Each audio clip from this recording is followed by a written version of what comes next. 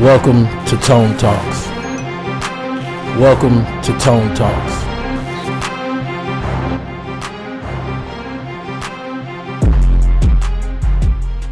How's everybody doing today? This is Antonio Moore coming to you from Tone Talks.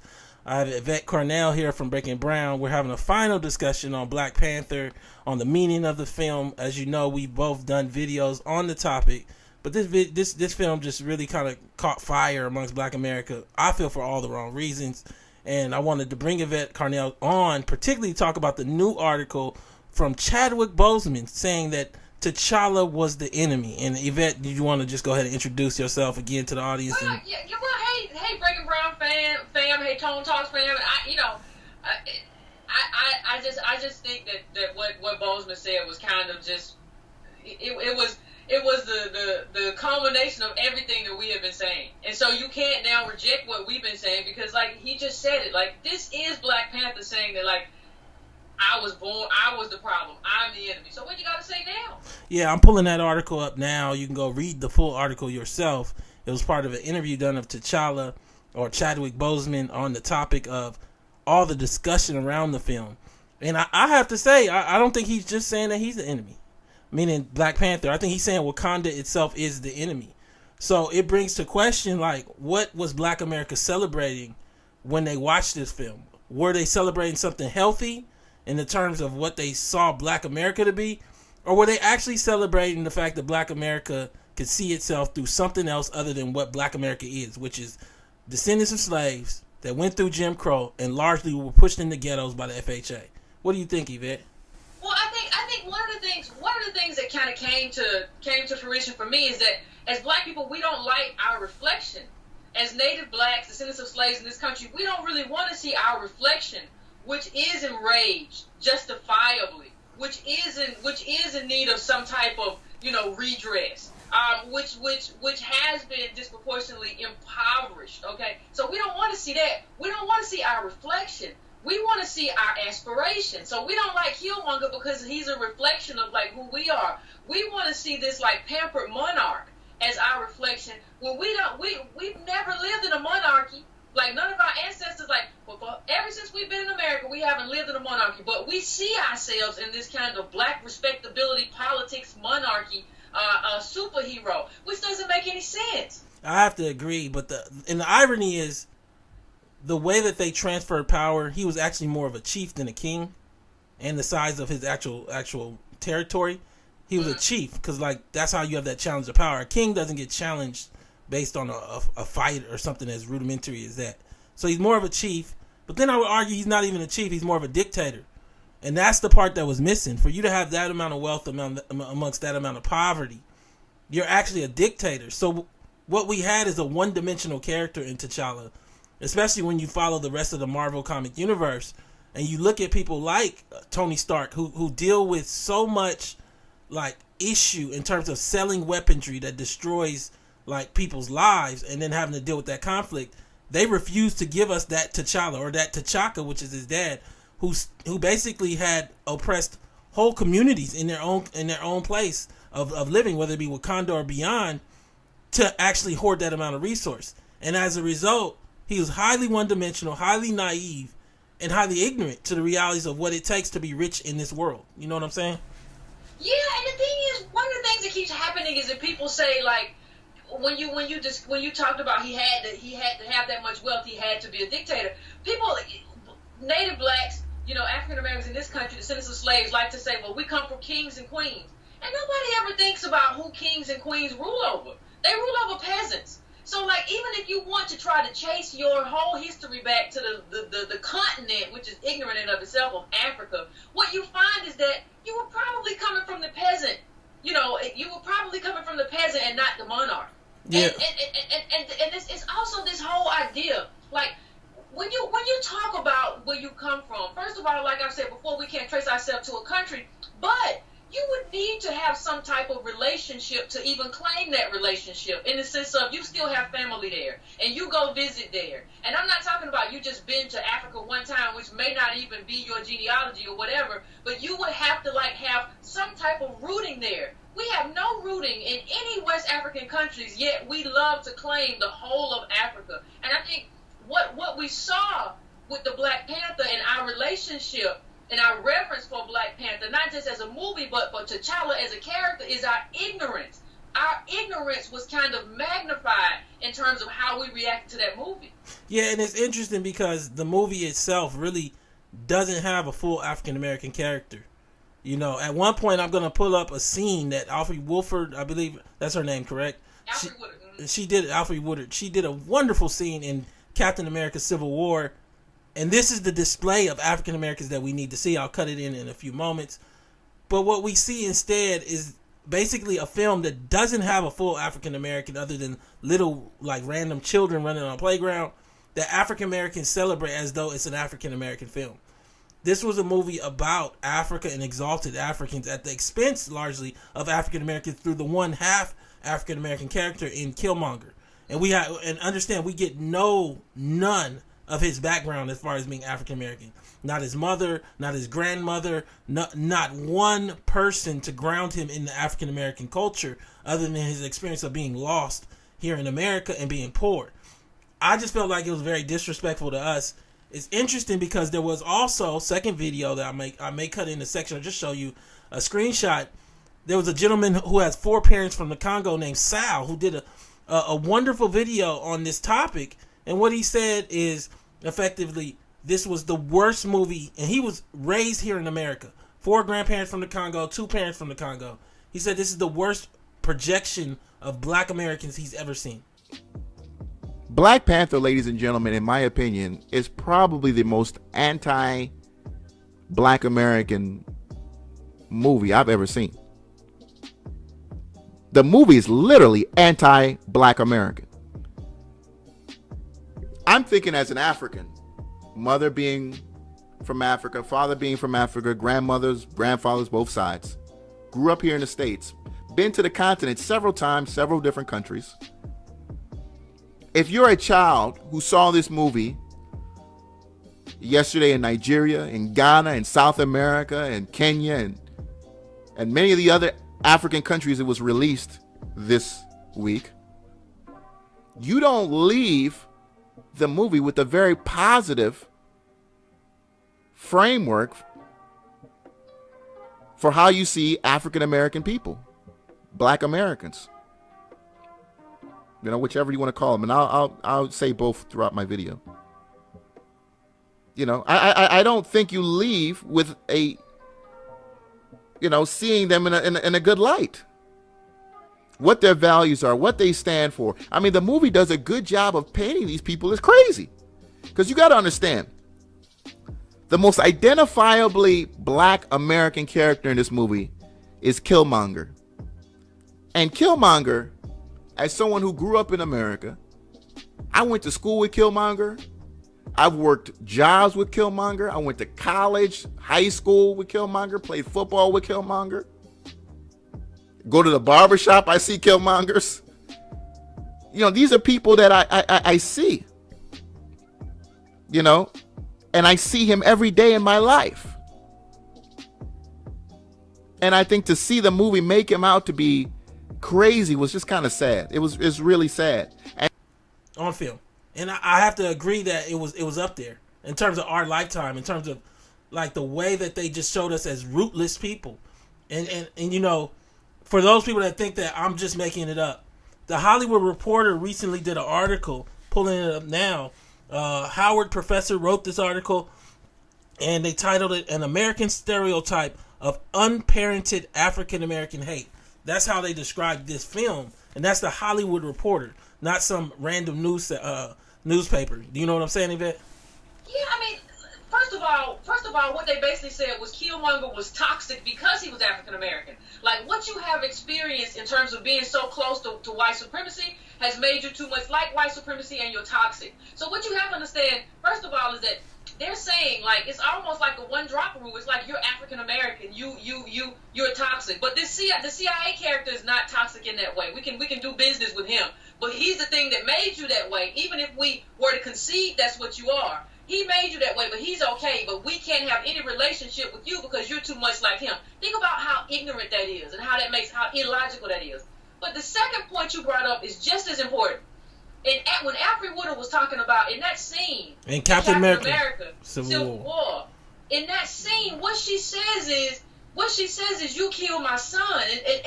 And when they talk about whether or not they should be governed by the UN, they bring up the picture of the son. So you make this African American young man who had a life of promise, you make him and his mother the most sympathetic characters in the movies. So you make two native blacks, African Americans, the most sympathetic characters in the movies that have everyone kind of searching their hearts in terms of, all these superheroes searching their hearts and feeling pain for these African Americans. Understand how different that is with the T'Challa Killmonger setup, in the sense that they have Killmonger, even though his rage is righteous, they have him painted as, well, he can't be one of us, and he burned the sacred plant and all of this stuff, and he's just like, it's just like what you just said. They have it like this unparented black rage, which is just not only toxic, and they made it not just toxic to America or Wakanda, they made Killmonger toxic to the whole world, to the globe. To the globe. And what I want to do right now is cut in this section from that film. This is Captain America Civil War, and I just want to give you context of what I expected to see given the amount of hysteria and support that black people gave to Black Panther. For those people before I cut it in to say, well, this is a comic book, this movie doesn't really mimic the comic book. In the comic book variation of the Killmonger T'Challa fight, T'Challa is saved by an African American woman at the bottom of the waterfall, for those people that don't know. This was a recreation of propaganda to largely paint African Americans as wild, as Akata, as animalistic. And I feel like in many ways you guys should have been offended. But instead of walking out offended, you walked out with a regal aspect of I'm more T'Challa than I am Killmonger. While your grandmama can't pay her, is foreclosing on her house, while your daddy is in jail, while your brother is caught up in the crack epidemic, while your great-great-grandfather was a slave, you walked out connected to a T'Challa that is not in your family line. And I'll say something else. The world don't need more T'Challas. Like that's what everybody said, well T'Challa went about it the wrong way. He just went about it the wrong way. Listen, you obviously do not the level at which African Americans in this country understand white supremacy or don't understand white supremacy, given how close we are to it. We're closer. We have lived within the belly of white supremacy in this country for hundreds of years. And we say, well, T'Challa went about it the wrong way. You have never seen anything good for us come out of like black respectability and doing it the right way. It's always came out of movement and protest. And in a lot of cases, what forced the hand was rioting, because that forced the government to do something with King and negotiate, because these black people are here rioting. You have always had change come from Killmonger. Change has never come from T'Challa. Let me cut in this Alfred Woodard scene, and then we'll come right back. That was nice what you did for those young people. They deserve it. Plus, it helps ease my conscience. They say there is a correlation between generosity and guilt. But if you got the money, break as many eggs as you like. Right?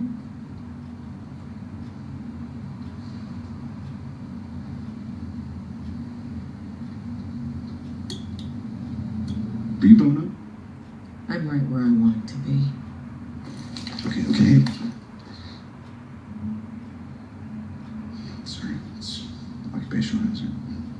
I work for the State Department. Human Resources. I know it's boring, but it enabled me to raise a son. I'm very proud of what he grew up to be. His name was Charlie Spencer. You murdered him in Sokovia. Not that that matters in the least to you. So now that we're back, essentially what I see also coming back to the T'Challa is the enemy. This is a statement by Chadwick Bosman. We don't want to accept that Wakanda is the enemy. The bald head women, the respectability, the wealth, is the enemy of everything you need to actually get your black politics together. I think for us, what we have to look at is the actual words of Chadwick Bosman, who played Black Panther. I actually am the enemy. And we have to go further in the words and see, he says that T'Challa was born with a vibranium spoon in his mouth. And I think we saw that throughout this film, and most people just missed it. One of the clear scenes for me that showed that was when his uncle jumped in instead of letting him get killed. Was when his father said, "It's your time to come with us," and he said, "No, I'm going back." When, his girlfriend and Lupita, against all of their honorable traditions, feeds him the Panther juice that is not for him anymore because he's no longer the king of Wakanda. All of that is dishonor. And then what happens is we look over that dishonor and we are focusing on Killmonger as though he caused the chaos. As though T'Challa was not the one that caused all of that chaos by going against the very order that was set in place. T'Challa basically brought up a coup. He basically did a coup. You have lost because you don't need to yield because this man yielded on your behalf. At the point to which he yielded on your behalf and saved your life, then you have yielded. Meaning the Forrest Whitaker case. Meaning the Forrest Whitaker character. Yeah, when that elder yielded on your behalf, it's over. You don't get to come back and be like, well, he ain't dead. And then everybody should have fallen in line. This whole thing that we had with everybody going behind him and trying to undermine him is because they said we have an outsider on our throne. Now, think about what that means in terms of who we are as African Americans, and I call us Native Blacks, an outsider on our throne. So, like, when you say, why was he doing what he was doing, he knew how he had to do it. This is the MIT JSOC. He knew he had to be efficient. He knew he had to destroy the tradition in that country. All of those kings. I got to burn this plant. I got to do all of that. But we look over all of that. Just because T'Challa is more respectable and he's a monarch and he's more well spoken and he's not honest. The thing we don't like about Killmonger is an honest character. His rage, everything about him is viscerally honest. With T'Challa, you have this spokesman, Obama-like character, and I don't see how anybody finds that preferable. And let me say two things. The first thing is, I'm going to come back to this, but what we saw is significant problems with this script. I don't think that people understood that the CIA character largely was a patch to deal with the fact that they failed to develop Killmonger's entire backstory, so they just dropped it in one scene with the CIA character. But in addition, if you are going to have T'Challa come back, you should have him roll over the waterfall. Like, you can't mess that up by having the elder stick his sword in. That is a failure in terms of writing. And I think throughout this film, what we saw is it just wasn't a good film. It was never designed to be a good film. You look at this thing from first the merchandise. They didn't even make merchandise for the film. You watch the film and they didn't make merchandise because they didn't. I'm not talking about they made a little bit of merchandise. They really didn't make too much of anything. Understand that's a signal that this is a lead-in film for our real film in April. In April, the real film comes out, which is the Avengers. The entire Avengers cast comes together for Avengers 3. This was a lead-in film, and it was done poorly. Let me say, in addition, for those people that might say, well, what do you mean? Maybe you just didn't like the script. The CGI was limited. There's a great article I'm pulling up now that shows that many experts felt like the CGI was undone in the actual trailer. It wasn't finished. They expected to be finished for the actual film. Instead of finishing it, they just threw it on screen. Understand? What does CGI do? Like, what does that look like? It's the CGI the CGI is the actual Panther suit fighting kind of stuff that you see, and it just like comes back to us not knowing the difference between good and bad. It was like on the level of like the 2000s, like what we saw, versus 2018 CGI that we see in the better Avenger films. Thirdly, you didn't even see another Avenger. That's because they didn't invest in that. They didn't invest in having another Avenger in this film. Samuel Jackson wanted to present an African-American figure in Nick Fury in this film, and they rejected to having him in this film. I think a lot of us are in denial that we don't have good taste buds when it comes to art. And that as a result, all we do is want to see something that exalts the idea of us. And that brings me to this meme that we discussed before. And what it shows is basically it has this Black Panther image and it says, well, we'll watch the film anyway because it doesn't show us as ghetto, as drug addicts, as poor, as all the things that came out of the consequence of blackness that is really in your family. It doesn't show you. That's what it's saying. And for those black people that continuously pull back and say, well, all black people are not poor, you just don't know the data. Middle black families worth $1,400, $1,500 without the family car. The middle black family in Boston is worth $8. Middle black family in LA is worth $200. You don't know the data. You're going by. We just live on different levels in terms of economic understanding of America. You want to say something? Well, the first thing I want to say is about the script. Another thing that people keep saying, like you just brought up something from the comic book. But what you have to understand about a script is supposed to be written just in such a way that even if you didn't read all the comics, it's cohesive. You're not supposed to have missing blocks of information and missing context because you don't have the script. So if you see something and you say, well, Yvette, you didn't read all the comic book, what you're really pointing out is a problem with the script. And you don't even understand that you're pointing out a problem with the script. And, you know, when that pic you put up, you know, say, well, we don't want to see ourselves as ghetto, one of the images was Monique and Precious. And one of the things that I find, people get so upset at Monique, really they're getting upset at her about the role. A lot of people like, well, she played that ghetto character, you know, and well, I can't believe it. I just don't want to see that, and it's stereotypical. Yeah, you know, it's real. Yeah, they don't want. Yvette, they don't want to see us as slaves. They don't want to see us as janitors. They don't want to see us as ghetto. They don't want to see us as poor. They don't want to see us. Yeah, I'm talking about black folks right now. I'm talking about descendants of American slavery right now. Yeah, but they don't want to see us. Like we want to live in a fictionalized world. We don't see ourselves. Listen, there's a great in Precious. There's a moment where the you know, Monique's character just has a breakdown when she talks when the you know, the molestation of her daughter, and she starts talking about who was supposed to love her. And what you realize in that scene, you know, you see her not as just like, how did this woman let her kid get abused? You see the dysfunction that led to that, and how the dysfunction started well beyond that. So you go from seeing this woman as just a villain, who is someone who has been victimized herself and unloved, and that unloved is who we are, like as being slaves, and then everything that happened after that, Reconstruction, Jim Crow, and everything that happened to us. And so you start to see how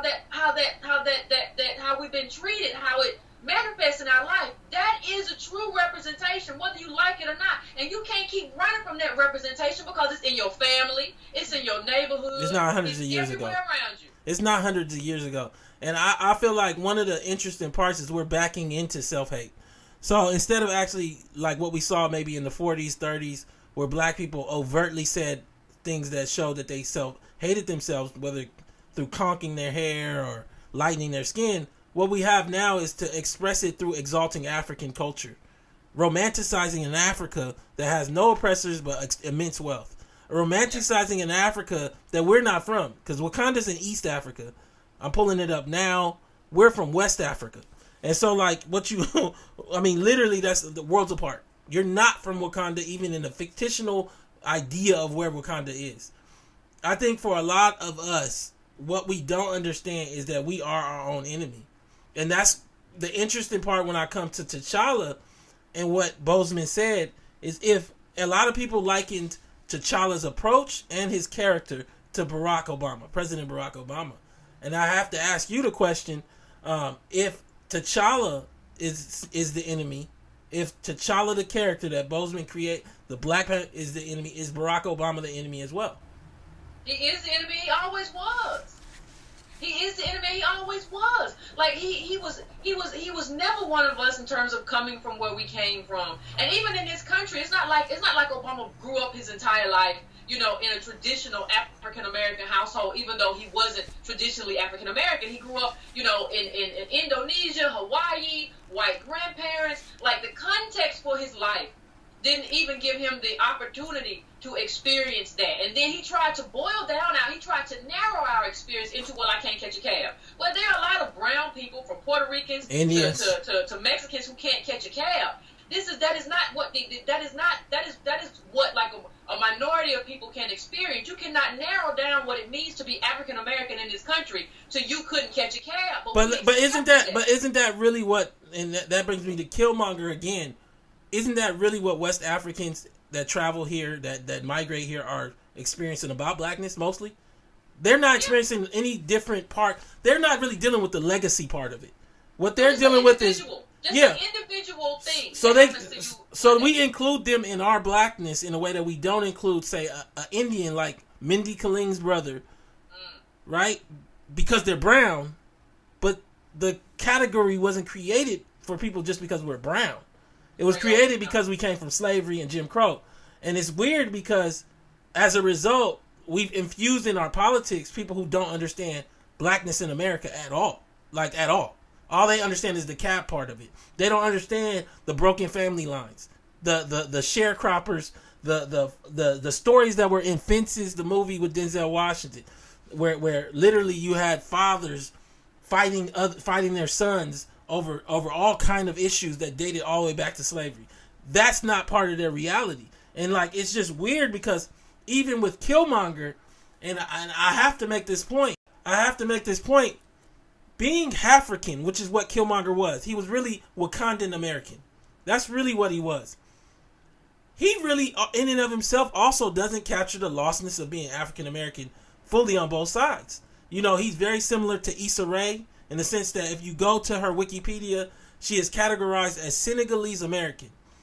We don't understand the nuance of when you're Senegalese American, Nigerian American, Haitian, you're not African American. You're not African American. We've never made... See, the distinction is a one-way door. And so, like, coming to Killmonger, I feel like one of the things that we don't really understand is his rage is fundamentally different than ours as well. His rage is a focused rage about coming from a king's line and not being given that privilege in a sense, even though he wants to use it for a larger sense of us.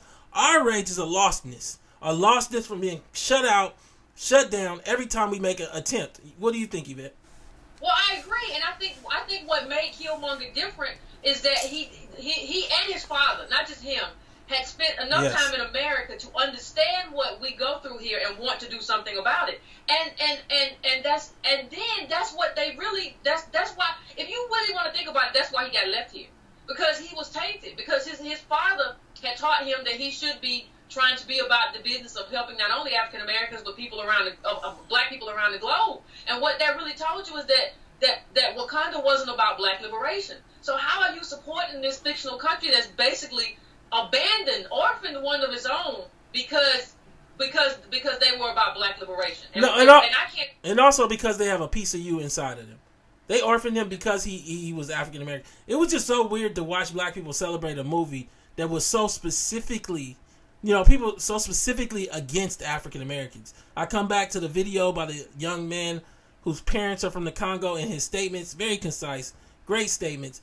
But like, for us, what we went ahead and did was celebrated this thing like it was the second coming. So you can go check this video out under the YouTube, the American Investor Show.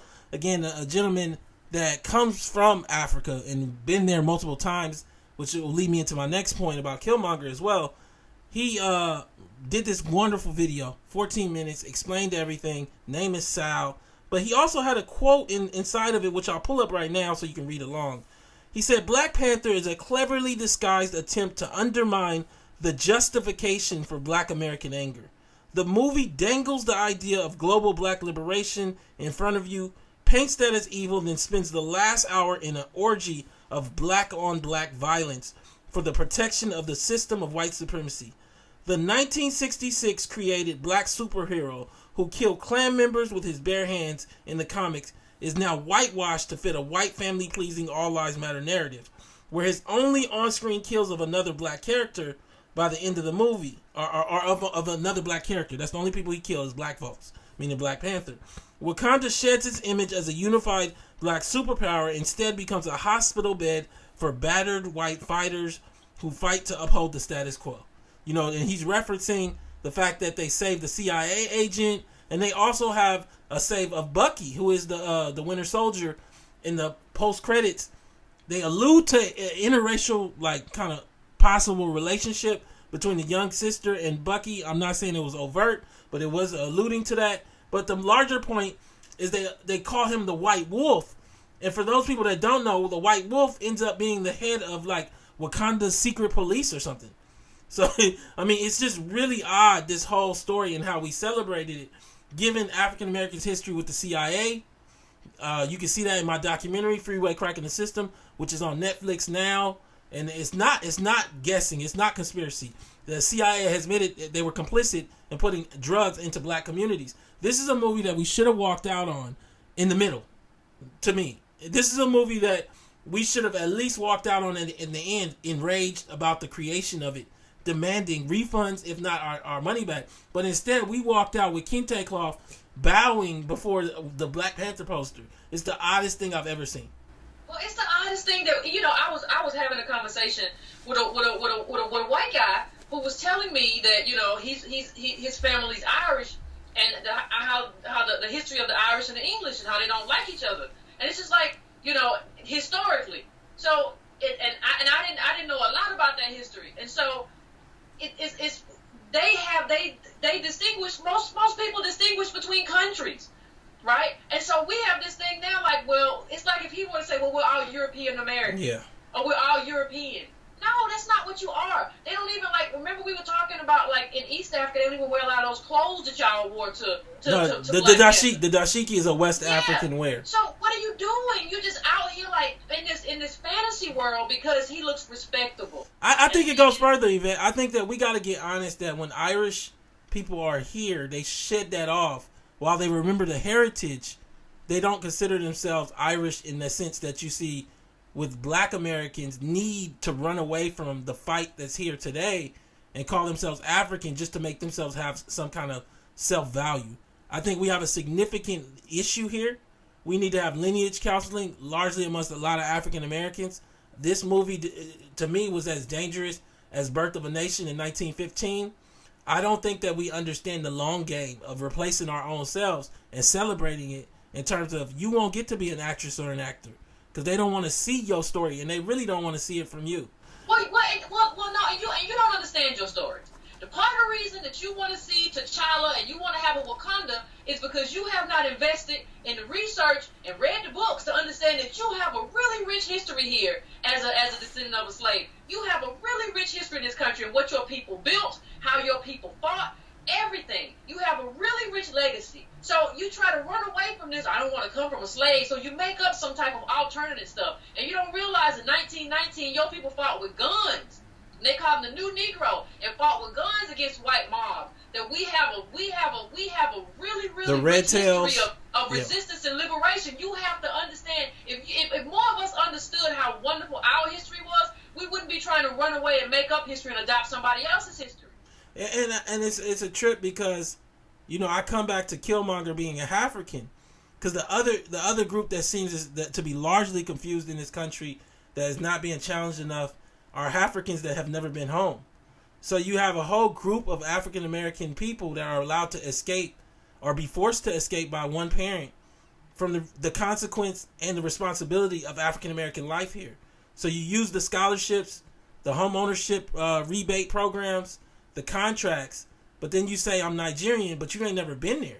So you taking, so what we end up with is just scattered people representing us at IBM or at Apple, people who are reflections of a Nigeria they've never seen. And for me, in many ways, the African nature of Killmonger brings to light that a lot of you guys need to go home and really stay there and really come back and understand what to appreciate what you have here. A lot of African people really need to understand that if you have lived your whole life in America, your whole life, that you owe a debt not only to descendants of slaves, whether your parent is in your life or not, but you owe descendants of slaves to be the voice in the room when your Nigerian parent says that we're Akata. You owe that to us. And if you don't want to give that to us, then just don't be part of African Americans. But that's including the scholarships and the programs and the Jackie Robinson UCLA program. We've allowed everybody to be a one-way door where we can go, they can come to us, but we can't come to them. And I'm done with that. And I think that this movie is the epitome and possibly a watershed moment that if black people don't address it, it could become a real problem for your daily life. I'll let Yvette get the last word. Well, I think it's a problem. Anytime, what you talked about in terms of who we are and how other people can watch themselves off. Again, I had another conversation with a Chinese person, Chinese American. He was like, listen, you all get into something where you all like to be perpetual outsiders. She said, you know, so you never really hear. Talking about African Americans. This is a new thing, but we never hear. Like we used to say, I'm a man, I'm a woman, I'm here, I'm American, and you're gonna give me my due. Now we have this thing here where somebody says, well, I don't feel. Somebody told me, a black person told me one time, well, I feel like a prisoner of war. I don't feel like this is my country. I don't care how you feel. This is your country. I don't care what your country has done to you. You don't get to run away in your own mind. It is yours. You have people who have bled for you, and you don't get to just opt out. And what we see is we're opting out in a large part by just trying to be some other African country, a fictional African country, or most of us can't even trace our stuff to Egypt, but we'll go talking about Egypt. It's just a lot of weird stuff. It's just escapism. And we have to get out of that if we're going to ever advocate for ourselves.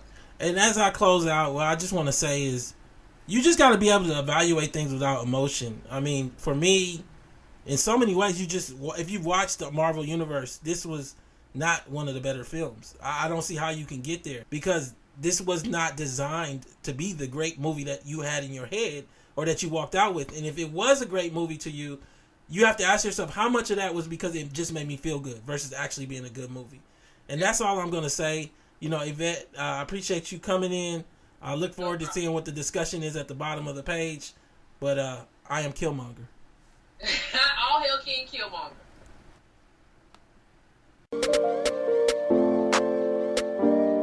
Thank you for tuning in to Tone Talks.